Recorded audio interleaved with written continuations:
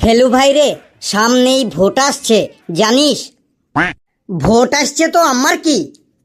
না মানে আমি বলতে চাইছি, সামনেই তো ভোট আসছে, তুই ভোটে দাঁড়ালি না কেন? ঘেটু ঠিকই বলেছে ফেলু ভাই, তুই ভোটে দাঁড়াইলি না কেন? তুই ভোটে দাঁড়াইলে কিন্তু 100% জিতে যেতি, একদম শিওর বলছি বটে।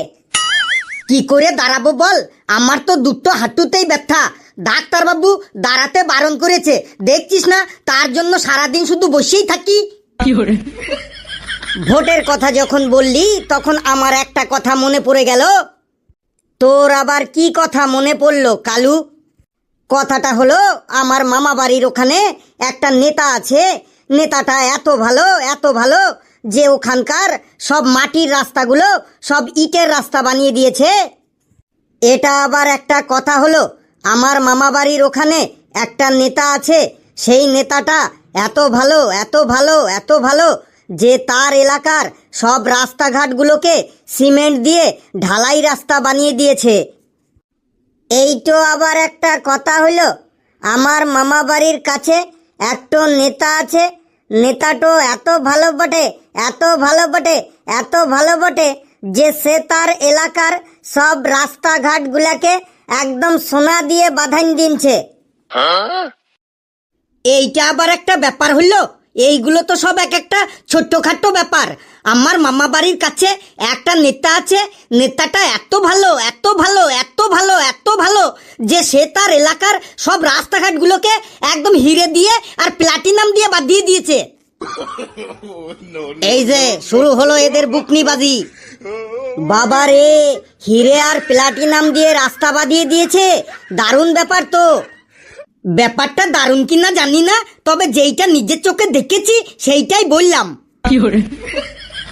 আমার মাসি বাড়ির কাছে আরেকটা নেতা আছে, সেই নেতাটা এত ভালো যে সে সবাইকে একটা করে একতলা বাড়ি বানিয়ে দিয়েছে। তাহলে শোন, আমারও মাসি বাড়ির কাছে একটা নেতা আছে, সেই নেতাটা এত ভালো, এত ভালো যে সে সবাইকে একটা করে দোতলা বাড়ি বানিয়ে দিয়েছে। আমারও মাসি বাড়ির কাছে আরেকটা নেতা আছে বটে, নেতাটো এত ভালো বটে, এত ভালো বটে, এত ভালো বটে যে সে তার এলাকার সবাইকে একটা করে 3তলা বাড়ি বানান দিনছে। ধুর, এগুলো আবার একটা কথা হলো? আমারও মাসি বাড়ির কাছে একটা নেতা আছে, সেই নেতাটা এত ভালো, এত ভালো, এত ভালো, এত ভালো যে সে সবাইকে একটা করে 5তলা ফ্ল্যাট বাড়ি বানিয়ে দিয়েছে, সাথে ফুলের বাগান আছে, সুইমিং পুল আছে, আবার ব্যায়াম করার জন্য জিমও আছে। বাবা রে, 5তলা করে ফ্ল্যাট বাড়ি বানিয়ে দিয়েছে, সাথে আবার ফুলের বাগান, সুইমিং পুল, আবার জিমও আছে। এটা একটু বেশি বেশি হয়ে গেল না ফেলু ভাই? বেশি কম বুঝি না, যেটা আমি নিজের চোখে দেখে এসেছি সেইটাই বললাম। এই এই, তোরা ওঠ তো আমার দোকান থেকে, এই তোদের জন্য আমার দোকানে কোনো খদ্দের আসে না।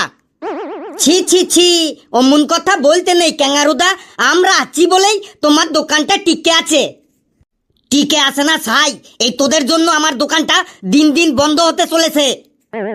ক্যাঙ্গারুদার কথা বাদ দে ফেলু, আর কালু তুই বলে যা, আর কোথায় কেমন নেতাটো আছে বটে সেইগুলো বল বটে। আমার পিসি বাড়ির কাছে আরেকটা নেতা আছে, সেই নেতাটা এত ভালো যে সে তার এলাকার সবাইকে একটা করে মোটর সাইকেল কিনে দিয়েছে। আমার পিসি বাড়ির কাছেও একটা নেতা আছে, সেই নেতাটা এত ভালো, এত ভালো যে সে তার এলাকার সবাইকে একটা করে ট্রাক্টর কিনে দিয়েছে। ট্রাক্টর দিয়ে সবাই কি করবে বটে? সবার তো জমি জায়গা নেই বটে। সবাই ট্রাক্টর দিয়ে কি করবে সেটা আমি জানি না, তবে সবাইকে একটা করে ট্রাক্টর কিনে দিয়েছে সেটাই আমি জানি। তাইলে শোন, আমারও পিসি বাড়ির কাছে একটা নেতা আছে বটে, নেতাটো এত ভালো বটে, এত ভালো বটে, এত ভালো বটে যে সে তার এলাকার সবাইকে একটা করে হেলিকপ্টার কিনে দিনছে।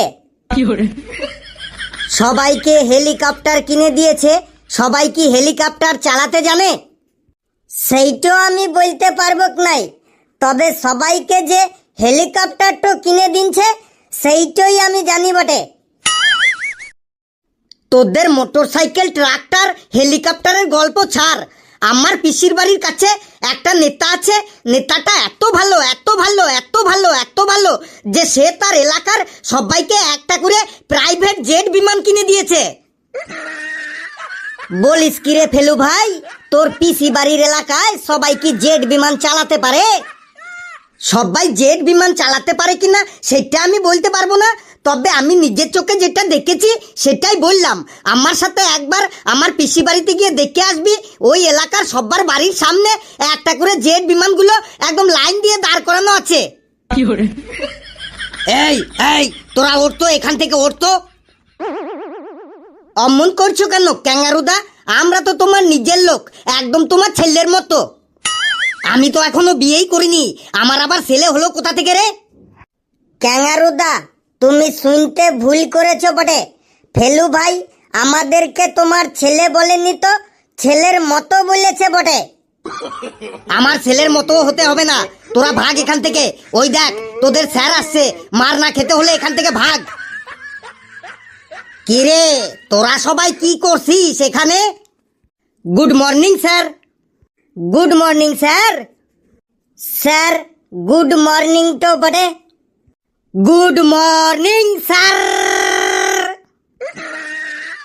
ঘেটু, এখন বেলা 12টা বাজে, 2 ঘন্টা আগেই গুড মর্নিং শেষ হয়ে গেছে।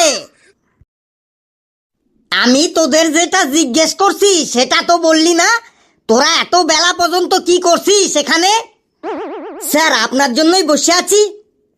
কেন আমার জন্য বসে আছিস কেন? আমাদের খুব চা খাওয়ার ইচ্ছে হয়েছে স্যার। চা খাওয়ার ইচ্ছে হয়েছে তো কে বারণ করছে তোদের চা খেতে? যত খুশি চা খা, তোদের পয়সা দিয়ে আর আমার নাম করে যত খুশি চা খানা। কিন্তু স্যার আমাদের পকেটে তো একটাও পয়সা নেই। পকেটে পয়সা না থাকলে আর চা খেতে হবে না, ভাগ এখান থেকে। স্যার ওই জন্যই তো আপনার জন্য বসে আছি, আপনি আসবেন আর আমাদেরকে চা খাওয়াবেন বটে। আমি নিজেই কখনো পয়সা দিয়ে চা কিনে খাই না, আমি আবার তোদের কি চা খাওয়াবো? তোদের যদি চা খেতে মন চায় তাহলে নিজের নিজের পয়সা দিয়ে চা খা। His his whose whose. Sir তাই বললে হয়? খাওয়াবেন তো 1 কাপ করে চা, তাতে কি এসে যায়? নে তোদের কয়েকটা ধাঁধা ধরি, যদি ধাঁধাগুলোর সঠিক অ্যান্সার দিতে পারিস তাহলে তোদের চা খাওয়াবো। নিন তাইলে ধরুন ধাঁধা, চা আজকে আমরা খাবো কি খাবো? নে কালু বলতো কোন হাঁসে ডিম পারে না? স্যার ইতিহাসে ডিম পারে না। একদম ঠিক বলেছিস। এবার ঘেটু বলতো কোন চুড়ি মেয়েরা হাতে পরতে পারে না? কোন চুড়ি মেয়েরা হাতে পরতে পারে না? কোন চুড়ি? স্যার খিচুড়ি, খিচুড়ি মেয়েরা হাতে পরতে পারে না। একদম ঠিক বলেছিস। এবার লেবু বলতো কোন চা নুন লঙ্কা তেল দিয়ে রান্না করে খেতে হয়? স্যার মোচা, মোচা নুন লঙ্কা তেল দিয়ে রান্না করে খেতে হয় বটে। তুইও একদম ঠিক বললি। এবার ফেলু বলতো কোন তাল গাছে হয় না? স্যার এ তো বাচ্চা ছেলের মতো প্রশ্ন। স্যার মাতাল, মাতাল গাছে হয় না। বাহ বাবা বাহ, সবাই তো দেখছি একদম কারেক্ট অ্যান্সার দিলি। স্যার তাহলে 1 কাপ করে চা হয়ে যাক। দাঁড়া আরেকটা করে ধাঁধা ধরবো, তারপর চা হবে। স্যার জলদি ধরুন বটে। জলদি ধরছি। কালু বলতো কোন ধানে চাল হয় না? স্যার সমাধানে ব্যবধানে চাল হয় না। একদম ঠিকই বলেছিস। এবার ঘেটু বলতো কোন ফুল গাছে ধরে না? কোন ফুল গাছে ধরে না? কোন ফুল গাছে ধরে না?